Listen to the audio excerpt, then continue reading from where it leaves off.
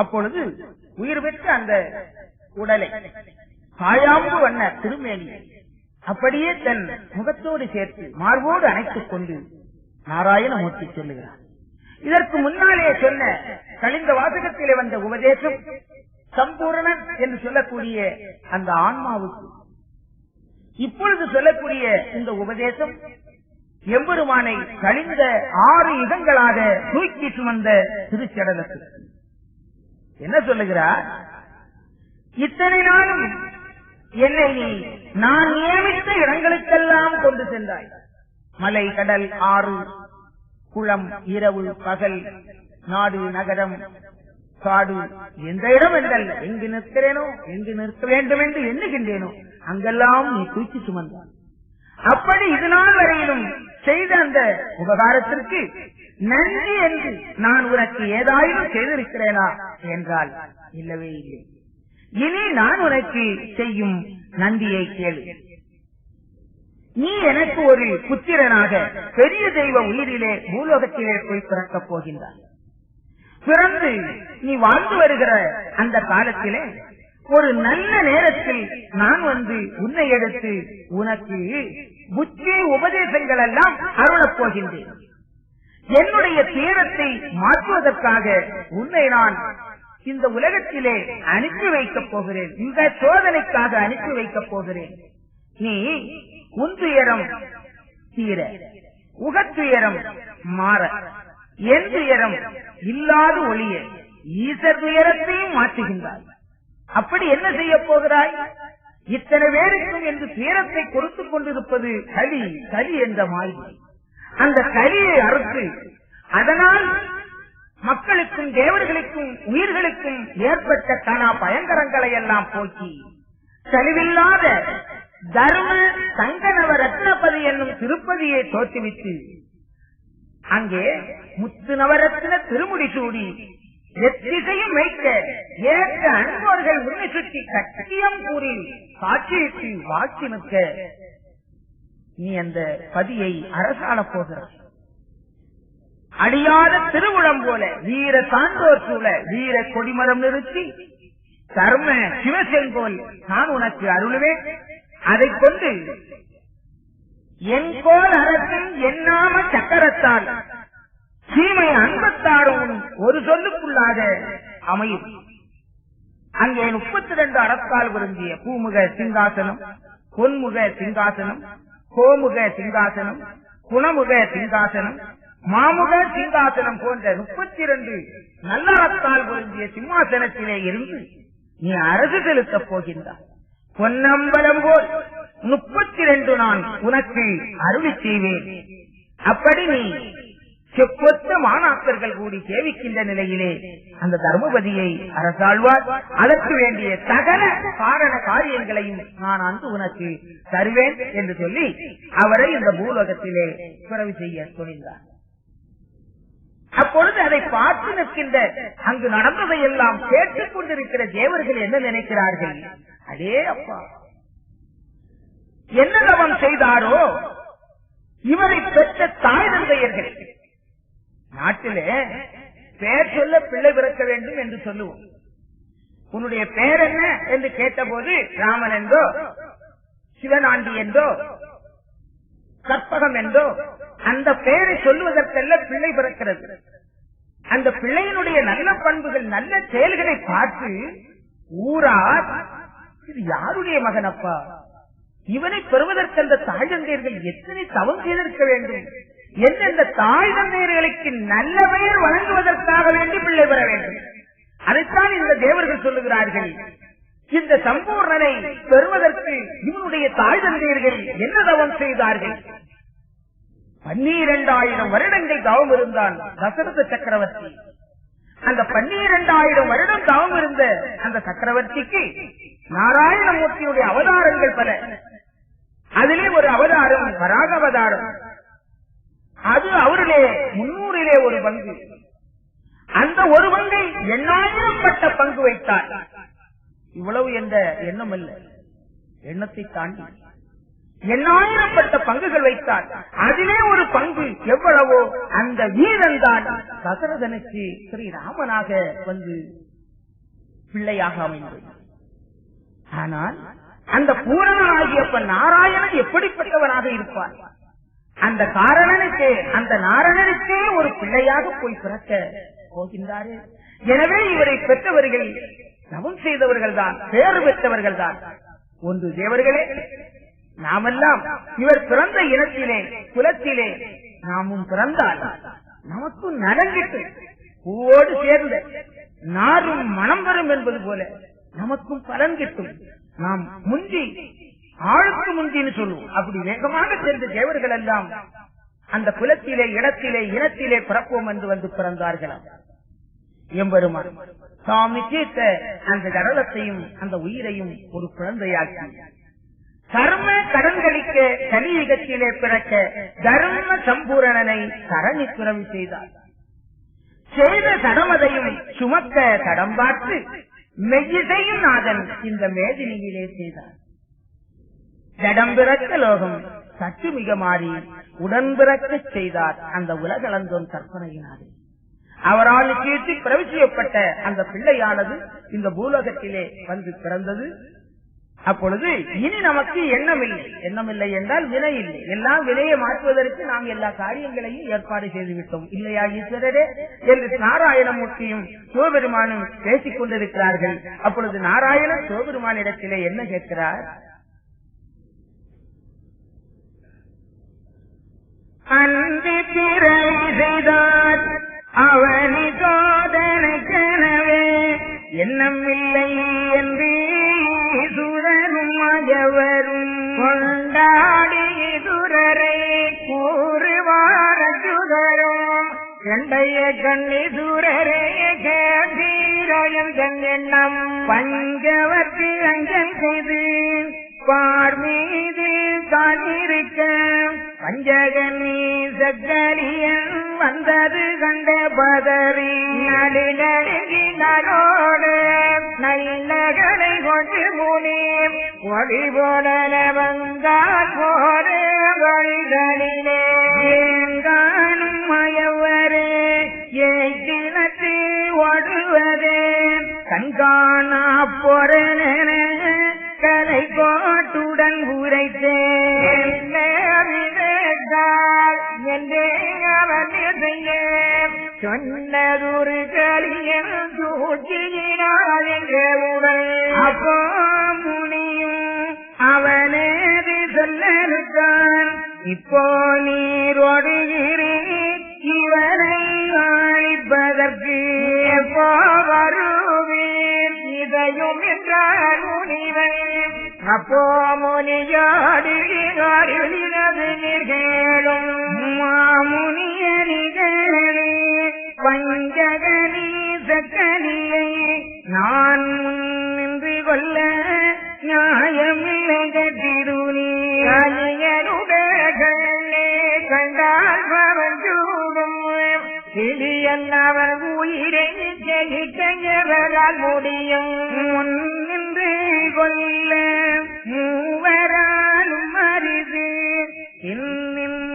இன்னின்றவனவனால் பேசாதே மழை வைத்தே வல்லமையும் காட்டே மாறி கண்ணில் முன்னே நில்லாமல் நின்று கரையறுப்பே அற்புதமும் செய்ய அந்நீதன் கண்ணின் முன்னே உப்பரமும் கொடேன் ஒன்றறியானின் திருவே செய்வார் மரரில் என்றிடுவார் எங்கள் வேறகானும் யாரோ என சொல்வார் இதோ வந்தான் என்பார் இவனில்லை என்றிடுவார் அதோ வந்தான் என்பார் அவனில்லை என்றிடுவார் படியே குற்றம் ஒன்று எது போகாம் முனியே எப்படியும் உள்ளறிவோர் அறிவோர் மகுனியே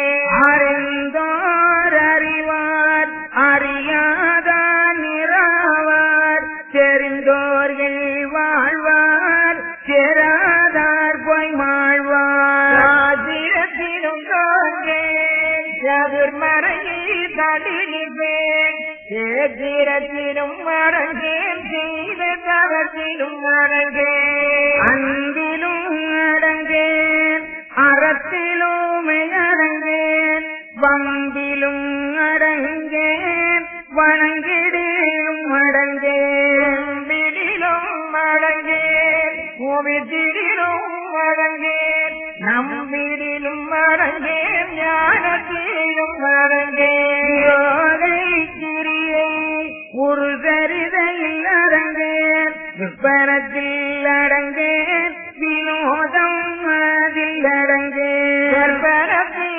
அடங்கேன், சரிதரத்திலும் அடங்கேன், கடலில் அடங்கேன், காட்டலிலும் அடங்கேன், அனாவில் அடங்கேன், அச்சரத்திலும் அடங்கேன், இத்தனையிலும் அடங்காது இருந்து பதை முடிப்பேன் என்று நான் சொல்ல ஏற்றகனில் கொண்டு முனி மன்றிதனில் விழுந்து மருகி அழுதே முழம்பி மண்ணிலும் அடங்கா மரத்திலும் அடங்கா மறையிலும் அடங்கா பலவதத்திலும் அடங்கா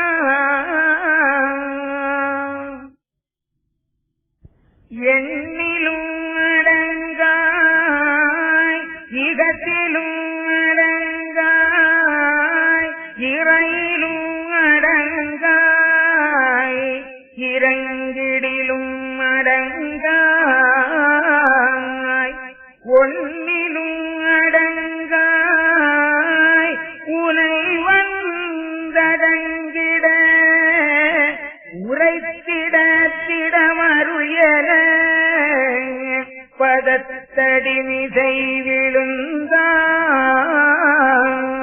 மறையினில் அடங்காய் இறையினில் அடங்காய் வனகிலும் அடங்காய் வலவகையிலும் அடங்காய் துறையினில் அடங்காய் தொல்புவியில் அடங்காய் சுருதியில் அடங்காய் சுகையினில்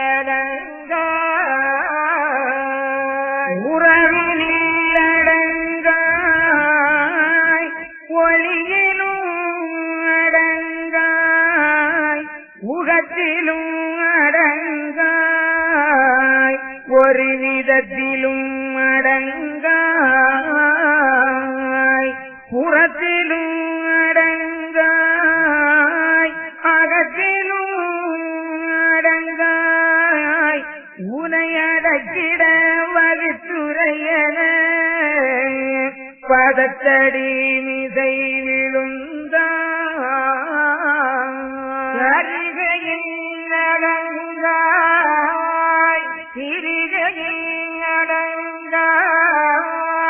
கயோகத்தில் அடங்காய் ஞானத்தில் அடங்காய் கலைஞானத்தில் அடங்காய் கனவிலும் அடங்காய் கருவிலும் அடங்காய் உருகினில் அடங்காய் கருவிடில் அடங்காய் உருவிலும் அடங்காய் ஒன்றிலும் அடங்காய் உனை வந்தடி அருளன தருகினில் அடங்காய் அருள் உரை திரியன அருள்முனி வரத்தடி மிசை விழுந்தான் உகத்திலும் அடங்கா ஓதிலும் அடங்கா உணர்விலும் அடங்காய் உற்பனத்திலும் அடங்காய்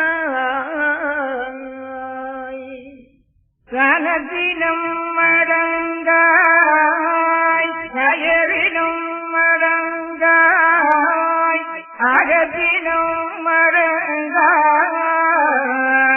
உரத்திலும் மடங்காய் மனத்திலும் அடங்காய் மனத்தயவிலும் அடங்காய் அசத்திலும் அடங்காய் புதத்திலும் அடங்காய் மனத்தகத்தடக்கி உன்பதத்தடி பணிந்திட வகுத்துரையன பதத்தடி மிதை விழுந்தா.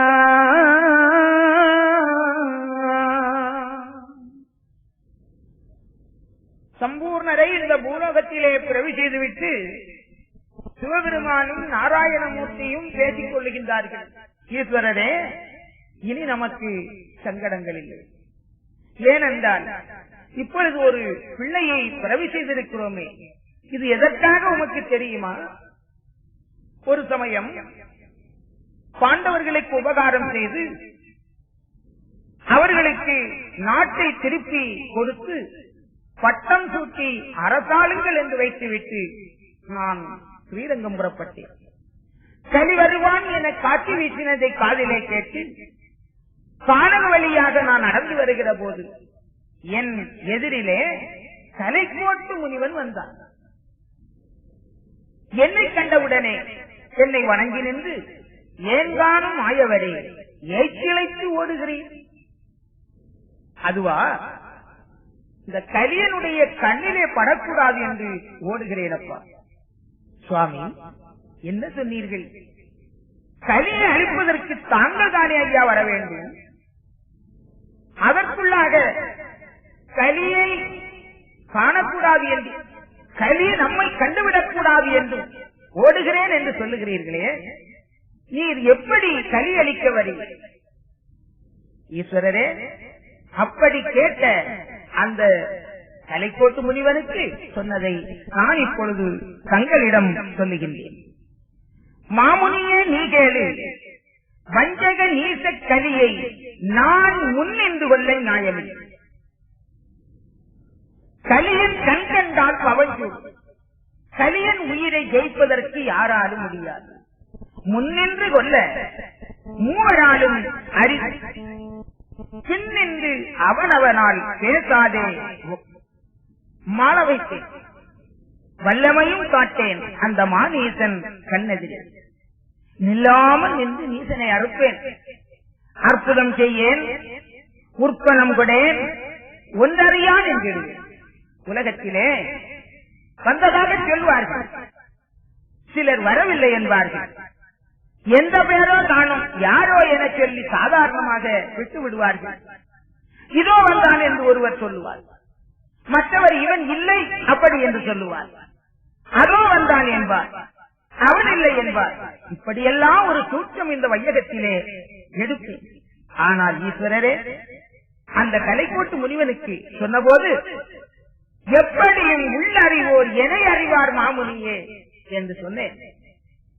உடனே அந்த முனிவன், எப்படியும் உள்ளறிவோர் என அறிவார், அல்லாமல் வேறு எந்த வழியிலும் அவரை அடைய முடியாது. அதாவது அன்பில் அடங்கேன், அறத்தில் அடங்கேன், வம்பில் அடங்கேன், வணங்கிடிலில் அடங்கேன், கும்பிடிலில் அடங்கேன், குவிக்காலும் அடங்கேன், நம்பினாலும் அடங்கேன், ஞானத்தில் அடங்கேன், சரிகை கிரிகை யோகம் ஞானம் சயோகம், இப்படிப்பட்ட முற்பனத்தில் சொப்பனத்தில் வினோதத்தில் தரிசனத்தில் கனாவில் கைகாட்டலில் ஆனாவில் எல்லாம் அடங்க மாட்டேன். சாஸ்திரத்திலும் அடங்கேன், சதுர்மறையை தாண்டி நிற்பேன் என்று சொல்லிவிட்டு, எப்படியும் உள்ளறிவோர் என அறிவார் என்று சொல்லுகின்றாரே என்று அந்த கலைக்கோட்டு மாமுனிவன் என்னிடத்திலே கேட்டான். ஐயா, நீர் ஒன்றிலும் அடங்க வேண்டாம். நாங்கள் உண்மை அடக்கி அரசால எண்ணவில்லை. கலியளிக்க வருகிற போது எப்படியும் உள்ளறிவோர் என அறிவார் மாமுனியே அப்படி என்று சொன்னீர்களே, தாங்களை அறிந்து கொள்ளுகின்ற விதம் எப்படி? அதை அடியாருக்கு சொல்வது போல அடியேனுக்கு சொல்ல வேண்டும் என்று தாங்கி உரைத்தான். இறங்கி கேட்டான். அவன் கருகி வருந்திய காரணத்தினாலே நான் அவனுக்கு சொன்னதை இப்பொழுது உம்மோடு நான் சொல்லுகின்றேன். அப்படி என்று அன்று கலைக்கோட்டு முனிக்கு சொன்ன உபதேசத்தை இப்பொழுது சிவபெருமானுக்கு எடுத்து எம்புகின்றார் நாராயணமூர்த்தி.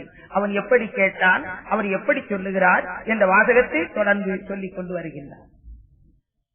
ஓரெழுத்தும் இரழுத்தும் மூன்றெழுத்தும் ஆறெழுத்தும் அஞ்செழுத்தும் ஆனாடி எழுத்தும் ஏதெழுத்திலும் அடங்காயிருந்து பகை முடிப்பேன் என்று வாதி நீரே ஐயா உலகளந்த பெம்மானே பொருளே எங்கோ நிறைந்தானே கட்டாதலியை கருவறுக்க வந்தீரா நாங்கள் உம்மை கண்டு நலம் பெறுவதப்படித்தான் தாங்கள் மனதிறங்கி தாம் சொல்ல வேணும் என்றான்.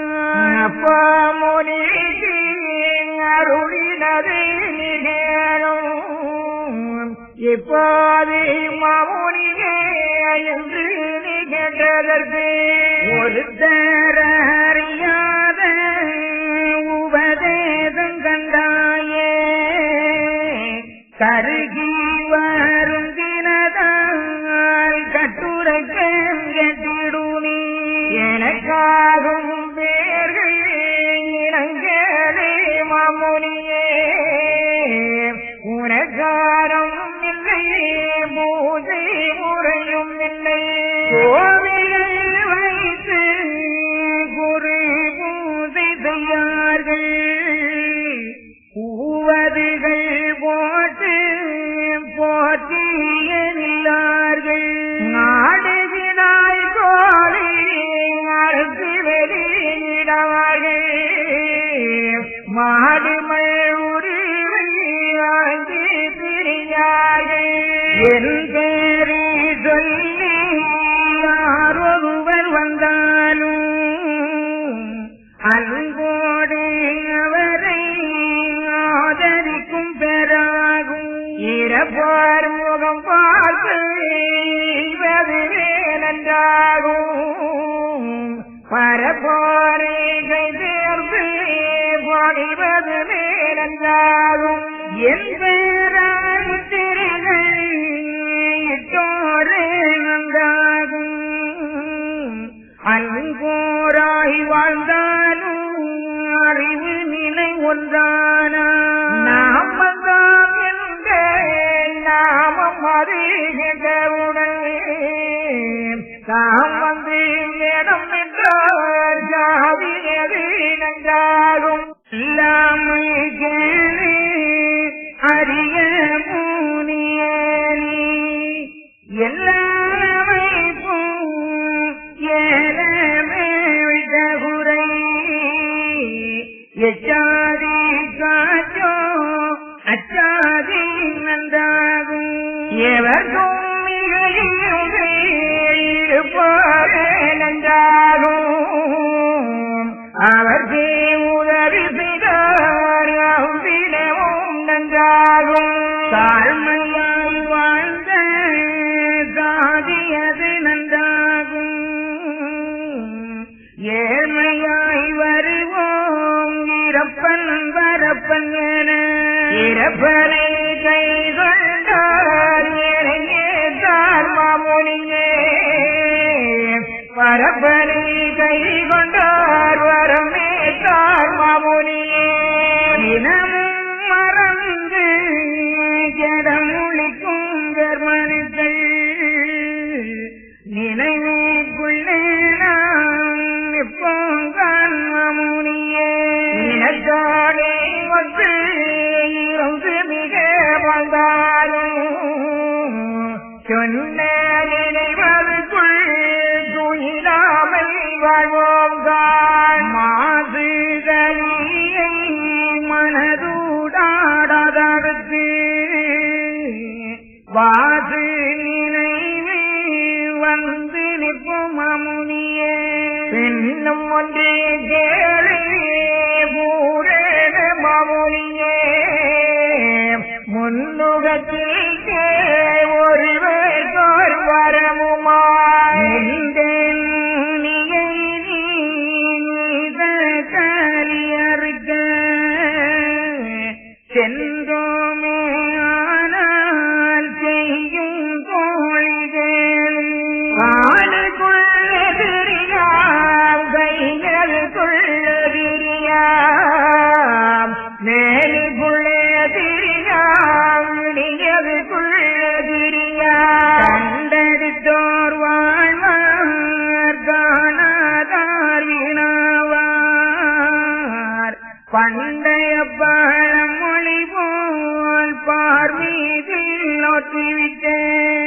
கண்டெடுத்து கொண்ட கரையேறி வரணும் தொண்டனே கண்டு சொன்னே நான் உன்னோடு ஆயுதமர்கள் என்றும் தமது கீழைகளும் வாயுரமாய் சொல்லும் வம்பரங்கும் பார்ப்பதில்லை அன்பாகி வந்தவரை அடக்கம் செய்வது வம்பால மத்தாரை வளர்த்து அறுப்பது எட்டியும் எட்டாது ஏழை கூணம் போலும் கட்டியும் கட்டாத கடிய சோருவம் அதும் வேளைக்கு வேளை காலமும் வாழ்ந்து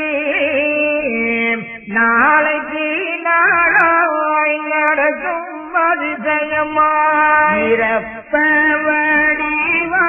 அதிசயமாயிரப்பவடிவாயிருந்து கணிதனையும் பரபரமாய் நின்று பக்தி சோதித்தேனா எங்கும் இருந்து எரிப்போம் கணிதனையும் கங்கிருந்து தாய் வளர்த்தேன் போரை எங்குரைக்க நாதன் எடுத்து முனியதுரைப்பான் மன்றுதனையளந்த மாய தீருமாலே இந்த விதமாயுதருளி வந்திருப்ப எந்த ஜருவம் எடுத்தீகம் பெருமாள் கேட்டாய்தான் மாமுனியும் கீர்த்தியுள்ள ஈசுரரே நாட்டான மாமுனிக்கு நான் உரைத்தது கேளும் ஏகாபரத்தை நான் இருந்து ஏழெடுத்து மகாபரனார் மக்களுக்கு நான் உபதேசித்து நாட்டை மீத இருத்தி மானிபம் சோதிக்க மகற்கு அருள் கொடுத்து மாதே கலியருத்தி மக்கள் ஒரு மிகவும் பாதி பலம் கொடுத்து பாடம் செய்யாது கூப்பிடுதல் ஒன்றே குவலையத்தை தந்திரக்கி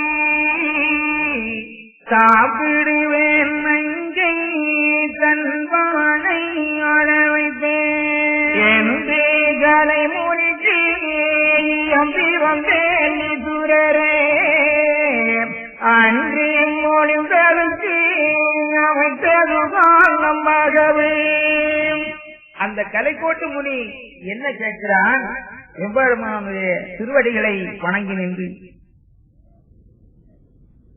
ஓரெழுத்தும் ஈரெழுத்தும் உற்றவர மூன்றெழுத்தும் ஆறெழுத்தும் அஞ்செழுத்தும் ஆனா அரியெழுத்தும் சுவாமி ஏதெழுத்திலும் அடங்காது இருந்து பகை முடிப்பேன் என்று சொன்னீரே ஐயா. ஓதினீரே ஐயா உலகளந்த பெருமானே, எட்டா பொருளே, எங்கு நிறைந்தோனே, கட்டா தலையை கருவறுத்த வந்தீரானால் நாங்கள் உண்மையை கண்டு நலம் பெறுவது எப்படி? கண்டிப்பாக எனக்கு அதை பற்றி மனதிறங்கி சொல்ல வேண்டும் என்று வேண்டிக் கொண்டான் ஈஸ்வரரே. அப்பொழுது அந்த முனிவனுக்கு நான் சொன்னதை நீர் கேளு. ஒருதர் அறியாத உபதேசத்தை நான் உனக்கு சொல்லுகிறேன் அப்பா என்று. என்ன காரணத்தினால்? கருதி வருந்தி கேட்ட காரணத்தினால் நான் கட்டுரைக்கின்றேன். நான் கலியளிக்க வந்தால் என்னை கண்டுகொள்ளுகிறவர்கள் யார்? எனக்காக இந்த மக்கள் எப்படி இருப்பார்கள்? அவர்கள் எல்லாம் புனக்காரம் செய்ய மாட்டார்கள்.